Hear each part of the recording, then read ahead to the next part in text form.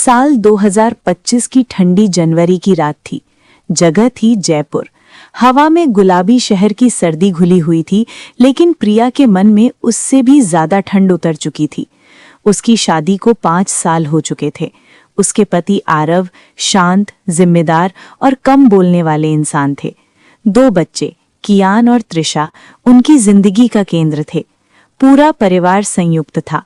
बड़े भाई भाभी, उनके बच्चे, सास ससुर सब एक ही हवेली जैसे पुराने घर में साथ रहते थे, जहां बाहर से सब कुछ संतुलित और खुशहाल दिखता था, और था भी। उस रात प्रिया को बिल्कुल नींद नहीं आ रही थी।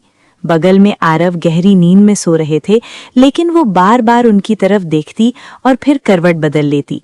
उसके मन में एक ही बात बार बार घूम रही थी, कल वो आ रही है। वो यानी नंदिता। नंदिता उसकी जेठानी रचना की छोटी बहन, वही नंदिता जो कभी आरव की जिंदगी में तूफान बनकर आई थी और फिर अचानक सब कुछ छोड़कर चली गई थी।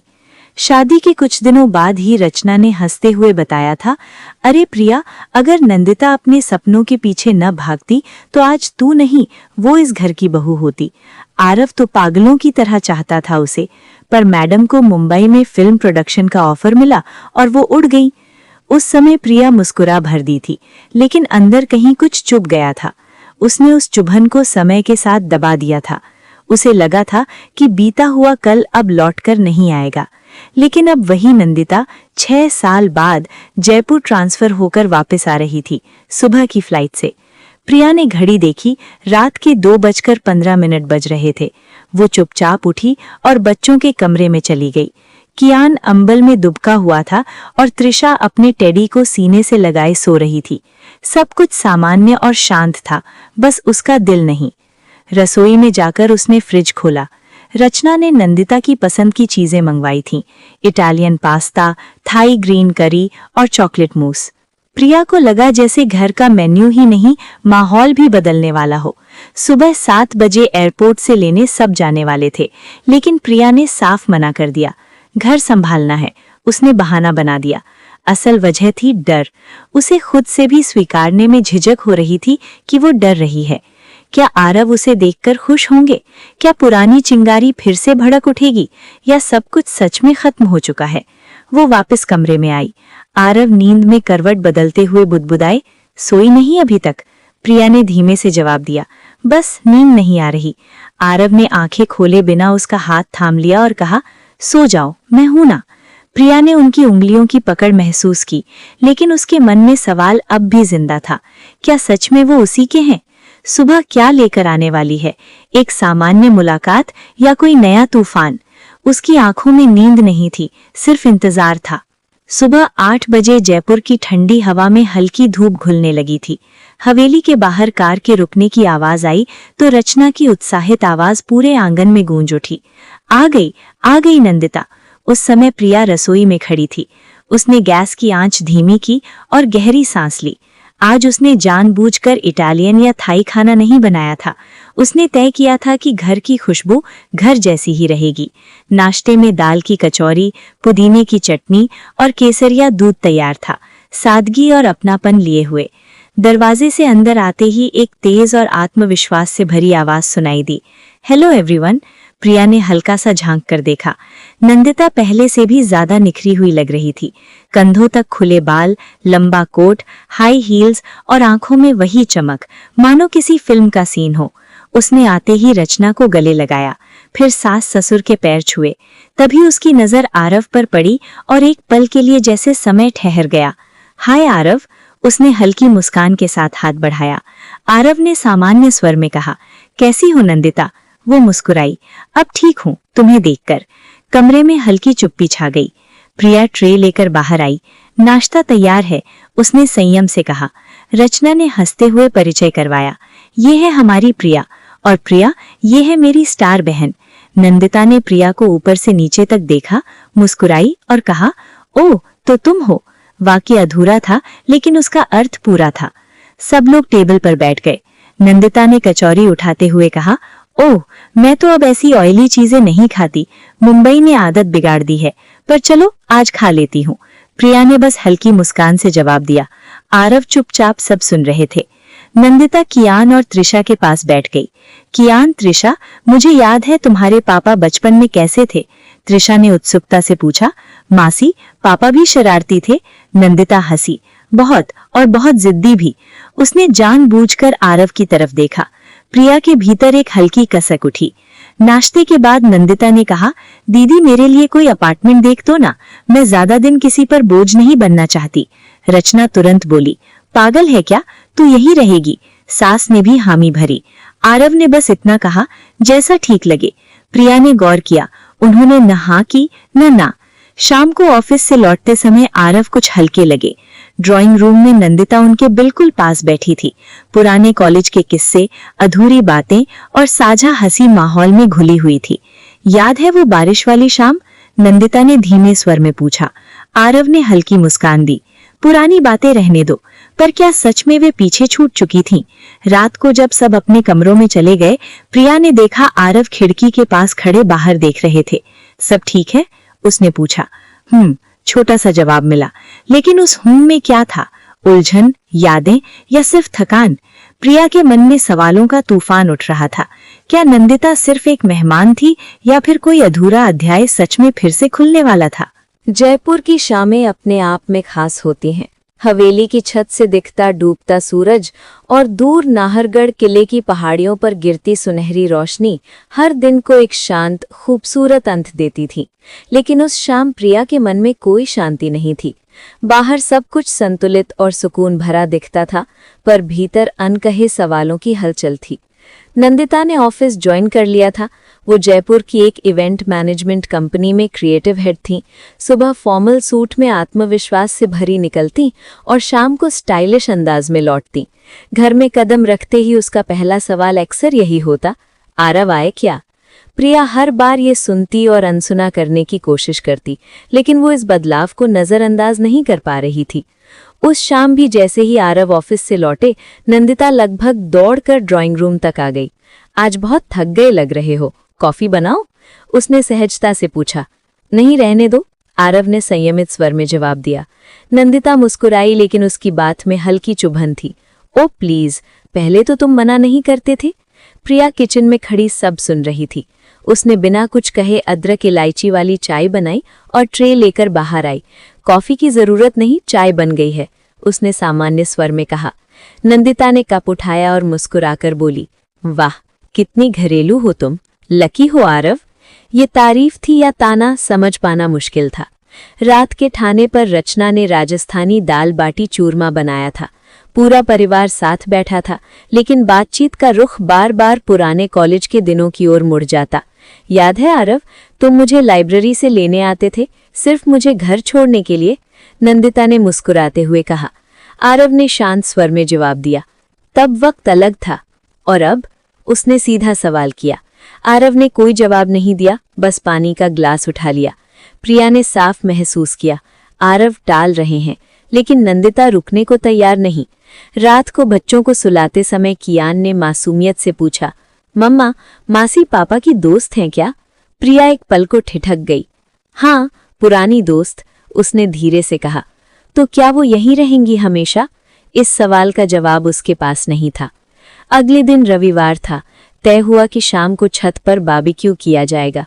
सर्द हवा में कोयलों की खुशबू और हंसी ठिठोली से माहौल सामान्य लग रहा था। लेकिन जब सब नीचे प्लेट्स लेने गए, छत पर नंदिता और आरव अकेले रह गए। प्रिया सीढ़ियों पर ही ठिठक गई, उनकी आवाजें साफ सुनाई दे रही थीं। तुम बदल गए हो आरव, नंदिता ने धीमे स्वर में कहा। लोग बदलते हैं, आरव का छोटा सा जवाब था। या मजबूर हो जाते हैं, उसने फिर पूछा। कुछ पल की चुप्पी रही, फिर आरव ने गंभीर स्वर में कहा, नंदिता, पुरानी बातें छोड़ दो। प्रिया का दिल जोर से धड़कने लगा। क्या सच में सब अतीत हो चुका था या सिर्फ दबा हुआ था? उस रात वो देर तक जागती रही। वो खुद को समझा रही थी, आरव मेरे हैं, उन्होंने मुझे कभी शक करने की वजह नहीं दी। लेकिन नंदिता की आंखों में जो दावा था, वो उसे भीतर तक बेचैन कर रहा था। जनवरी की ठंड अब थोड़ी कम होने लगी थी, लेकिन हवेली के भीतर एक अजीब सी गर्माहट फैल गई थी, तनाव की गर्माहट। उस रविवार की छत वाली बातचीत के बाद से नंदिता का अंदाज बदल गया था। अब वो खुलकर आरव के आसपास रहने लगी थी। कभी वो अपने ऑफिस प्रेजेंटेशन पर उनकी राय मांगती तो कभी ड्रेस सिलेक्शन पर। आरव, ये ब्लैक ड्रेस ज्यादा एलिगेंट है या रेड वाली? वो आईने के सामने खड़े होकर पूछती। आरव हर बार छोटा सा जवाब देकर निकल जाते, जो तुम्हें पसंद हो। लेकिन नंदिता इतनी आसानी से हारने वालों में से नहीं थी। एक शाम उसने पूरे आत्मविश्वास से घोषणा कर दी, इस वीकेंड में एक छोटी सी पार्टी रख रही हूँ, मेरे नए ऑफिस के लोग आएंगे। और हाँ आरव, तुम तो रहोगे ही, मुझे तुम्हारी हेल्प चाहिए। पार्टी का नाम सुनकर प्रिया चौंक गई। घर में पार्टी? रचना तो उत्साह से भर उठी, अरे वाह, घर में रौनक रहेगी। सास ससुर ने भी हामी भर दी। प्रिया ने अपनी भीतर की बेचैनी दबाई और तैयारी में लग गई। इस बार मेन्यू नंदिता ने खुद तय किया, पनीर टिक्का, पास्ता सलाद, मंचूरियन और डिजर्ट में ब्राउनी विद आइसक्रीम। हंसते हुए उसने कहा, थोड़ा मॉडर्न होना पड़ेगा प्रिया, तुम्हारी सिंपल थाली तो रोज खा ही लेते हैं। प्रिया मुस्कुरा दी, लेकिन दिल में हल्की सी चुभन रह गई। शनिवार की शाम घर जगमगा उठा। हल्की फेरी लाइट्स, म्यूजिक और खाने की खुशबू से माहौल खूबसूरत लग रहा था। नंदिता ने रेड गाउन पहना था और सच में बेहद आकर्षक लग रही थी। मेहमान आते ही उसकी तारीफों के पुल बांधने लगे। नंदिता, तुम तो जयपुर में भी स्टार बन जाओगी। वो आत्मविश्वास से मुस्कुरा रही थी। आरव ब्लू शर्ट में सधे हुए और शांत दिखाई दे रहे थे। कई लोग उनसे भी बात कर रहे थे। इसी बीच म्यूजिक थोड़ा तेज हुआ तो नंदिता ने अचानक हाथ बढ़ाकर कहा, आरव, एक डांस। कमरे में जैसे एक पल को सन्नाटा छा गया। प्रिया के हाथ में पकड़ी प्लेट हल्की कांप गई। आरव ने कुछ क्षण नंदिता को देखा, फिर शांत स्वर में बोले, नहीं नंदिता, मैं डांस नहीं करता। नंदिता ने धीमे से कहा, पहले तो करते थे। आरव का जवाब उतना ही सधा हुआ था, पहले बहुत कुछ करता था। उसकी मुस्कान एक पल को फीकी पड़ी, मगर उसने तुरंत बात बदल दी। रात ढलते ढलते मेहमान विदा हो गए। सब थके हुए सोफे पर बैठ गए। तभी नंदिता ने हंसते हुए सबके सामने कहा, वैसे प्रिया, तुम्हें कभी डर नहीं लगता? इतने हैंडसम और चार्मिंग पति हैं तुम्हारे। ये मजाक था, पर उसमें छिपा सवाल भी साफ था। प्रिया ने पहली बार सीधे उसकी आंखों में देखा और शांत, आत्मविश्वासी आवाज में कहा, नहीं, भरोसा हो तो डर नहीं लगता। कमरे में हल्की खामोशी फैल गई। आरव ने गौर से प्रिया की तरफ देखा। उसकी आवाज में कोई कंपकंपी नहीं थी। उस रात जब सब अपने कमरों में चले गए, प्रिया बालकनी में खड़ी थी।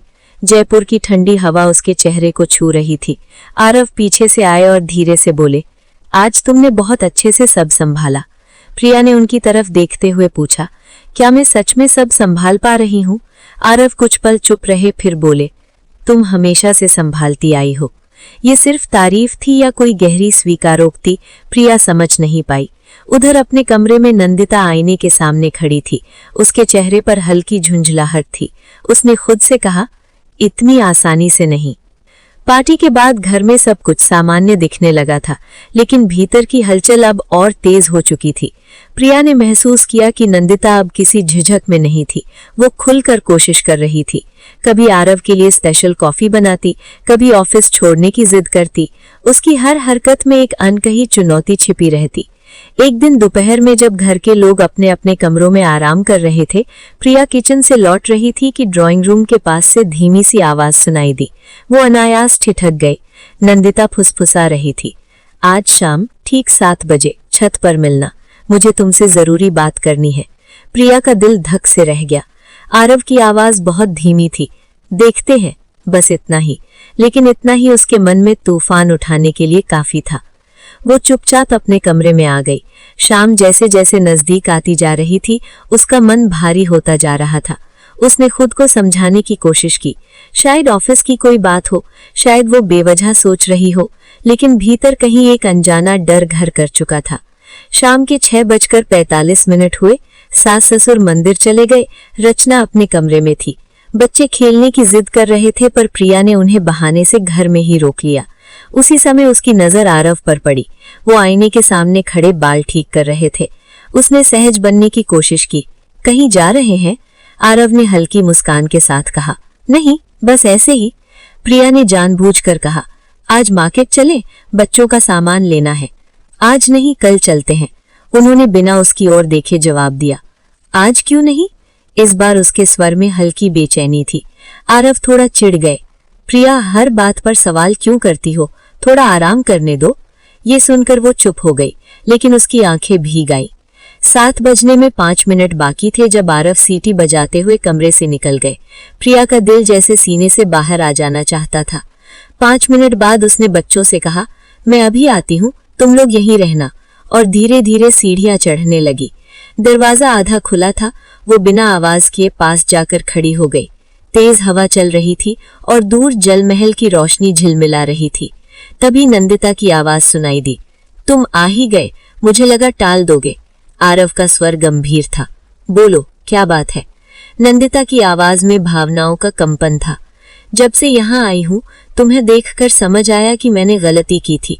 मैं सोचती रही कि तुम मेरा इंतजार करोगे, पर तुमने शादी कर ली। आरव शांत स्वर में बोले, जिंदगी किसी के इंतजार में नहीं रुकती नंदिता। वो रुकी नहीं। मैंने अब तक शादी नहीं की क्योंकि तुम्हारे जैसा कोई मिला नहीं। क्या हम फिर से शुरू नहीं कर सकते? अभी भी देर नहीं हुई। दरवाजे के पीछे खड़ी प्रिया का दिल जैसे थम गया। कुछ पल की भारी चुप्पी छा गई। फिर आरव की आवाज आई, धीमी पर ठोस, देर हो चुकी है नंदिता। उसकी सांसें तेज हो गईं। क्या सच में, या तुम खुद को समझा रहे हो? प्रिया की उंगलियां दरवाजे पर कस गईं। अगले शब्द उसकी जिंदगी की दिशा तय करने वाले थे। नंदिता की आवाज हल्की कांप रही थी। आरव, मैं सच कह रही हूँ, मैं आज भी तुमसे प्यार करती हूँ। मैंने करियर चुना, हाँ, लेकिन इसका मतलब ये नहीं कि तुम्हें भूल रही थी। मुझे लगा था तुम इंतजार करोगे। कुछ सेकंड की खामोशी छा गई। दरवाजे के पीछे खड़ी प्रिया का दिल जोर जोर से धड़क रहा था। उसने जैसे अपनी सांसें रोक ली थीं। आरव ने गहरी सांस ली और संयत स्वर में कहा, नंदिता, तुमने अपना रास्ता चुना था और मैंने जिंदगी को आगे बढ़ा लिया। नंदिता ने तुरंत पलटकर पूछा, आगे बढ़ा लिया या समझौता कर लिया? इस बार आरव की आवाज पहले से ज्यादा ठोस थी। हाँ, शुरू में शायद समझौता था, मैं मानता हूँ। शादी के वक्त मेरे दिल में बहुत गुस्सा था तुम्हारे लिए। मुझे लगा था मैं कभी प्रिया को वो जगह नहीं दे पाऊंगा जो उसे मिलनी चाहिए। ये सुनकर प्रिया की आंखों में आंसू भर आए, लेकिन वो वहीं जमी रही। आरव आगे बोले, लेकिन प्रिया ने कभी मुझसे सवाल नहीं किए, कभी शिकायत नहीं की। उसने इस घर को संभाला, मेरे माता पिता, मेरे भाई भाभी, बच्चों को और मुझे भी।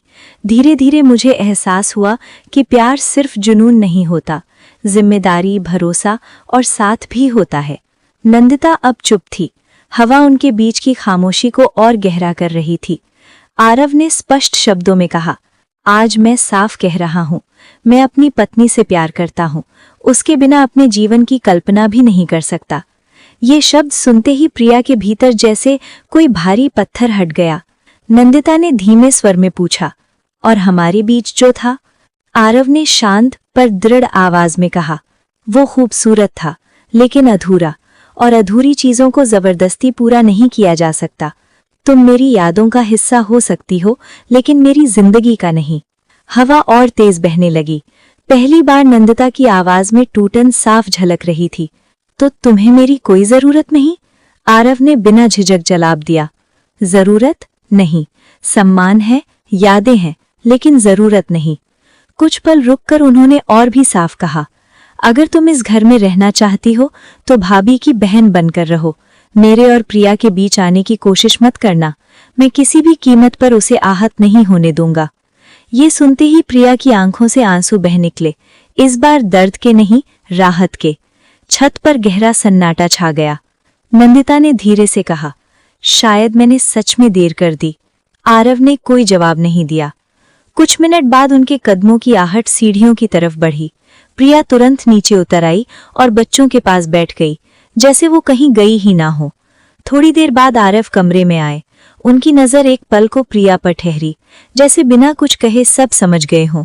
उन्होंने सामान्य स्वर में पूछा, बच्चों का होमवर्क हो गया? प्रिया ने पहली बार बिना डर और बिना संकोच मुस्कुराकर कहा, हाँ, सब ठीक है। छत वाली रात के बाद घर का माहौल बदल गया था। सब कुछ ऊपर से सामान्य दिख रहा था। आरव अपने रोजमर्रा के काम में व्यस्त, बच्चे अपनी दुनिया में, सास ससुर अपनी दिनचर्या में, लेकिन भीतर कहीं एक अनकहा तनाव तैर रहा था।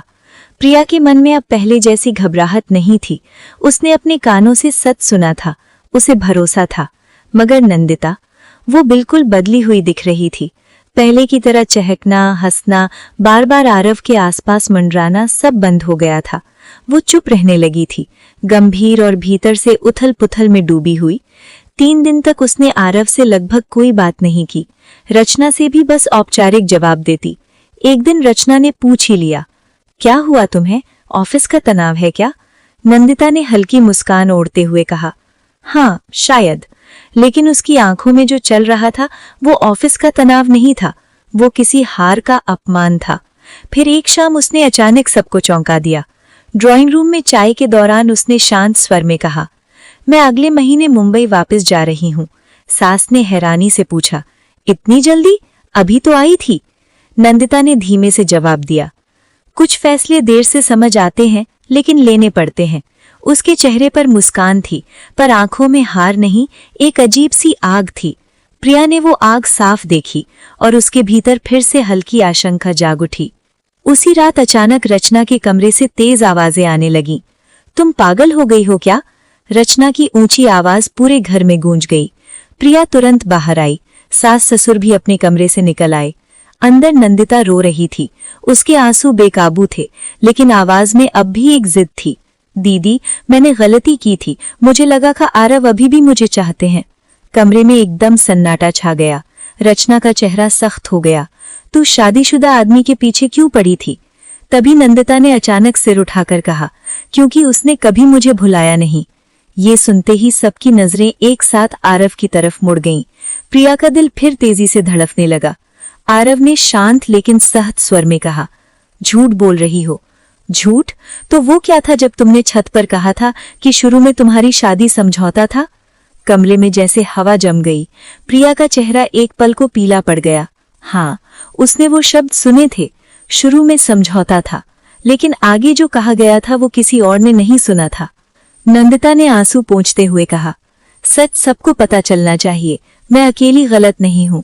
अब मामला 2 लोगों के बीच का नहीं रहा था, पूरा परिवार बीच में खड़ा था। सास ने सख्ती से कहा, आरव, सच क्या है? आरव ने एक पल के लिए प्रिया की तरफ देखा। उसकी आंखों में भरोसा था, मगर साथ ही आने वाले तूफान का एहसास भी।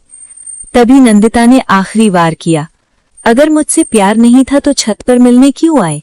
कमरे की हवा भारी हो चुकी थी। प्रिया की सांस जैसे अटक गई। अब जो भी कहा जाता वो रिश्तों की नींव हिला सकता था। क्या आरव सबके सामने पूरा सच कहेंगे? क्या वे स्वीकार करेंगे कि शादी कभी समझौता थी, या बताएंगे कि वो समझौता कब और कैसे सच्चे प्यार में बदल गया? नंदिता ने एक बार फिर सीधे आरव की आंखों में देखते हुए कहा कि अगर वो गलत है तो वो साफ साफ कह दें कि उनके दिल में उसके लिए कभी कुछ नहीं था। रचना स्तब्ध खड़ी थी। सास ससुर के चेहरों पर गहरी निराशा थी। प्रिया भी वहीं खड़ी थी, चुप, लेकिन इस बार उसके हाथ नहीं कांप रहे थे। उसके चेहरे पर डर नहीं, एक अजीब सी दृढ़ता थी। आरव धीमे कदमों से कमरे के बीचों बीच आकर खड़े हो गए। उनकी आवाज शांत थी, पर शब्दों में वजन था।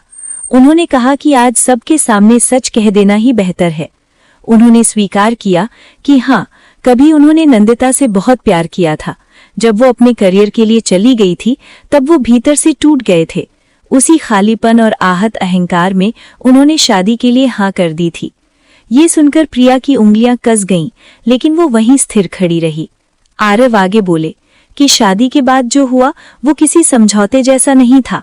प्रिया ने कभी उनके अतीत को लेकर उन्हें कटघरे में खड़ा नहीं किया। उसने इस घर को संभाला, बच्चों को जन्म दिया, हर उतार चढ़ाव में साथ दिया। धीरे धीरे उन्हें समझ आया कि प्यार केवल जुनून या रोमांच नहीं होता, बल्कि रोज का साथ, जिम्मेदारी और विश्वास ही असली प्रेम होता है। नंदिता अब चुप थी। ये सुनकर सभी समझ गए कि नंदिता मनगढ़ंत कहानी बना रही थी। नंदिता ने बीच में सवाल किया कि अगर ऐसा था तो वे छत पर उससे मिलने क्यों आए थे? आरव ने बिना झिझक जवाब दिया कि वो इसलिए आए थे क्योंकि उसने बुलाया था और वे उसके मन का भ्रम हमेशा के लिए खत्म करना चाहते थे।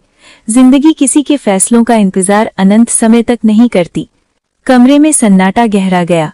सास ने कठोर स्वर में कहा कि नंदिता ने इस घर की मर्यादा भुला दी है। रचना की आंखों में आंसू थे। उसने कहा कि बहन होकर भी आज उसने उसे शर्मिंदा कर दिया। नंदिता टूट कर रो पड़ी। उसने कहा कि उसने सिर्फ अपना प्यार मांगा था। तभी पहली बार प्रिया ने बोलना शुरू किया। उसकी आवाज धीमी थी पर अडिग। उसने कहा कि प्यार मांगा नहीं जाता, कमाया जाता है। जिसे एक बार ठुकरा दिया जाए उसे वापस पाने का अधिकार अपने आप खत्म हो जाता है। उसने स्वीकार किया कि उसने कभी आरव के अतीत को लेकर शिकायत नहीं की, क्योंकि उसे भरोसा था अगर आज वे सच बोल रहे हैं तो उसे और कुछ जानने की जरूरत नहीं। आरव ने उसकी ओर देखकर स्पष्ट कहा कि वे सच ही बोल रहे हैं। दोनों की आंखें मिली, इस बार बिना किसी झिझक या डर के। नंदिता ने चारों ओर नजर दौड़ाई। उसे समझ आ गया कि अब इस घर में उसके लिए कोई स्थान नहीं बचा है। उसने धीमे स्वर में कहा कि वो अगली सुबह ही चली जाएगी। जाते जाते उसने बस इतना कहा कि कभी कभी देर से लिया गया फैसला भी किसी की जिंदगी बदल देता है। वो कमरे से चली गई। कमरे में अब भी भारीपन था, लेकिन एक सच सबके सामने था। आरव ने अपना अतीत स्वीकार कर लिया था। अब सवाल ये नहीं था कि सच क्या है, सवाल ये था कि क्या प्रिया का भरोसा पूरी तरह लौट आया है या उसके दिल में कहीं एक महीन सी दरार हमेशा के लिए रह गई है। नंदिता के कमरे का दरवाजा पूरी रात बंद रहा। घर में एक अजीब सी चुप्पी पसरी हुई थी। डाइनिंग टेबल पर प्लेटें सजी थीं, लेकिन किसी को भूख नहीं थी, जैसे शब्द भी थक कर कहीं छिप गए हों। प्रिया बच्चों को सुलाकर बालकनी में आकर खड़ी हो गई। दूर शहर की रोशनियां टिमटिमा रही थीं। जयपुर की रात हमेशा की तरह खूबसूरत थी, पर उसके भीतर सवालों का अंधेरा गहरा था। कुछ देर बाद आरव उसके पीछे आकर खड़े हो गए। उनकी आवाज में झिझक थी जब उन्होंने उसे पुकारा। प्रिया ने तुरंत मुड़कर नहीं देखा। उन्होंने धीरे से पूछा कि क्या वो उनसे नाराज है। कुछ पल की चुप्पी के बाद प्रिया हल्का सा मुस्कुराई और बोली कि वो नाराज नहीं है, बस ये सोच रही है कि अगर उस रात छत पर वो खुद सब न सुनती तो क्या आरव कभी उसे सच बताते। सवाल सीधा था और उसके पीछे बरसों का भरोसा खड़ा था। आरव ने ईमानदारी से स्वीकार किया कि शायद वो खुद कभी नहीं बताते, क्योंकि वो उसे दुख नहीं देना चाहते थे। प्रिया ने शांत स्वर में कहा कि सच छुपाना भी दुख ही देता है। आरव कुछ कदम और आगे बढ़े और बोले कि उन्होंने कभी उसे धोखा नहीं दिया। अतीत जरूर था, लेकिन वो खत्म हो चुका है। आज जो भी है, जो भी महसूस करते हैं, वो सिर्फ उसके साथ है। ये सुनते ही प्रिया की आंखें भर आईं। उसने धीमे से कहा कि उसे डर लगा था कहीं वो सिर्फ एक समझौता बनकर न रह जाए। आरव ने तुरंत कहा कि अगर वो समझौता होती तो वो आज सबके सामने खड़े होकर अपने प्यार का इजहार नहीं करते। इस बार ये शब्द सफाई नहीं बल्कि सच्ची स्वीकारोक्ति जैसे लगे। उधर अपने कमरे में नंदिता चुपचाप सूटकेस पैक कर रही थी। आंसू अब सूख चुके थे। आईने में खुद को देखते हुए उसने बुदबुदाकर पूछा कि वो हारी है या बस देर कर दी। तभी रचना अंदर आई। उसने सख्त लेकिन नर्म आवाज में कहा कि नंदिता बुरी नहीं है, बस देर से समझी है, और कभी-कभी देर बहुत महंगी पड़ती है। ये सुनकर नंदिता की आंखें फिर भर आईं। सुबह जब सब नाश्ते की मेज पर बैठे, माहौल असामान्य रूप से शांत था। इस बार मेन्यू सादा था, पोहा और चाय। किसी दिखावे की जरूरत नहीं थी। नंदिता नीचे आई, साधारण कपड़ों में, बिना मेकअप के, जैसे वो अपनी पुरानी चमक वहीं पीछे छोड़ आई हो। उसने सास ससुर के पैर छुए और माफी मांगी, फिर रचना को गले लगाया। आखिर में वो प्रिया के सामने आकर रुक गई। कुछ पल दोनों के बीच खामोशी रही। फिर नंदिता ने धीरे से कहा कि वो जीत गई। प्रिया ने सिर हिलाते हुए जवाब दिया कि ये जीत हार का सवाल नहीं था, बस सही समय पर लिया गया सही फैसला था। पहली बार नंदिता के चेहरे पर सच्ची मुस्कान आई। उसने कहा कि उसका ख्याल रखना। प्रिया ने शांत आत्मविश्वास से जवाब दिया कि वो उसका है और उसका ख्याल रखना उसका हक है। आरव दूर खड़े ये सब देख रहे थे। बाहर गाड़ी तैयार थी। नंदिता ने आखिरी बार घर की ओर देखा, फिर बिना पीछे मुड़े चल दी। घर में फिर से शांति लौट आई थी, लेकिन इस बार वो खामोशी डर की नहीं, एक नई समझ और मजबूत भरोसे की। नंदिता की जाने के बाद घर धीरे धीरे अपनी पुरानी लय में लौटने लगा। फिर से हंसी की आवाजें गूंजने लगीं, बच्चों की शरारतें घर के हर कोने में फैलने लगीं और रचना रसोई में पहले की तरह गुनगुनाने लगी। सब कुछ सामान्य दिख रहा था, लेकिन प्रिया जानती थी कि भीतर कहीं कुछ बदल चुका है। ये बदलाव डर का नहीं, समझ का था। उस रात प्रिया फिर उसी छत पर अकेली खड़ी थी, वही छत जहां कुछ दिन पहले उसका दिल बेचैनी से कांप रहा था। दूर आमेर किला रोशनी में चमक रहा था। हवा हल्की थी और इस बार उसका मन भारी नहीं था। पीछे से कदमों की आहट आई, आरव की आवाज सुनाई दी। वो हल्के से मुस्कुराते हुए पूछ रहे थे कि वो फिर से उसी जगह क्यों खड़ी है। प्रिया ने भी मुस्कुराकर कहा कि यहीं से उसका डर शुरू हुआ था और यहीं आकर खत्म भी हो गया। आरव उसके पास आकर खड़े हो गए। कुछ पल चुप रहने के बाद उन्होंने धीमे स्वर में कहा कि उन्होंने उसे आई लव यू बहुत देर से कहा। प्रिया ने हल्का सा हंसते हुए जवाब दिया कि देर से सही, कहा तो। दोनों के बीच एक सहज खामोशी थी। फिर आरव ने पूछा कि क्या सच में उसे लगा था कि वो अतीत की ओर लौट सकते हैं। प्रिया ने ईमानदारी से स्वीकार किया कि एक पल के लिए लगा था, क्योंकि अतीत हमेशा चमकदार दिखता है। उसमें जिम्मेदारियां नहीं होती, बस यादें होती हैं। आरव ने उसकी ओर देखते हुए कहा कि जिंदगी यादों से नहीं, साथ से चलती है। प्रिया की आंखों में अब न डर था न कोई सवाल। उसने शांत स्वर में कहा कि अब उसे डर नहीं लगता। जब आरव ने कारण पूछा तो उसने कहा कि पहली बार उन्होंने उसे सबके सामने चुना है। आरव ने उसका हाथ थामते हुए जवाब दिया कि उन्होंने उसे आज नहीं चुना, बल्कि बहुत पहले ही चुन लिया था, बस बताने में देर हो गई। नीचे से बच्चों की आवाज आई जो आइसक्रीम के लिए पुकार रहे थे। दोनों अनायास हंस पड़े। अगले दिन घर पूरी तरह सामान्य था। सास ने प्रिया से कहा कि इस घर की शांति बनाए रखना। उसने मुस्कुराकर हामी भरी। रचना ने मजाक में कहा कि आखिरकार हीरो उसी का निकला। प्रिया ने मुस्कुराते हुए जवाब दिया कि थोड़ा टेढ़ा है पर उसका है। सब हंस पड़े। आरव ने ये सुन लिया और पूछने लगे कि क्या कहा। प्रिया ने बात टाल दी। रात को सोते समय आरव ने धीरे से कहा कि अगर कभी फिर डर लगे तो सीधे उनसे पूछ लेना, छत पर छुपकर सुनने की जरूरत नहीं। प्रिया चौंक गई। जब उसने पूछा कि क्या उन्हें पता था तो वो मुस्कुराकर बोले कि उस दिन उसकी सांसें बहुत तेज चल रही थीं। दोनों फिर हंस पड़े। प्रिया ने सिर उनके कंधे पर रख दिया। अब उसे समझ आ चुका था कि प्यार सिर्फ पहला आकर्षण नहीं होता, प्यार वो होता है जो तूफान के बाद भी साथ खड़ा रहे। नंदिता चली गई थी, अतीत भी पीछे छूट चुका था। इस बार उसके दिल में कोई डर नहीं था, क्योंकि अब उसे पूरा यकीन था जो उसका है वो उसका ही रहेगा। दोस्तों, अगर आपको ये कहानी अच्छी लगी हो तो इसे लाइक करें। साथ ही ये भी बताएं कि आप कौन से शहर से हमारी कहानी को देख रहे हैं और हमारे चैनल पूजा वाशने पारिवारिक कहानियां को सब्सक्राइब जरूर करें, ताकि ऐसी ही सच्ची और प्रेरणादायक कहानियां आप तक पहुंचती रहें। कल फिर मिलते हैं किसी एक और नई कहानी में। तब तक के लिए जय श्री राधे।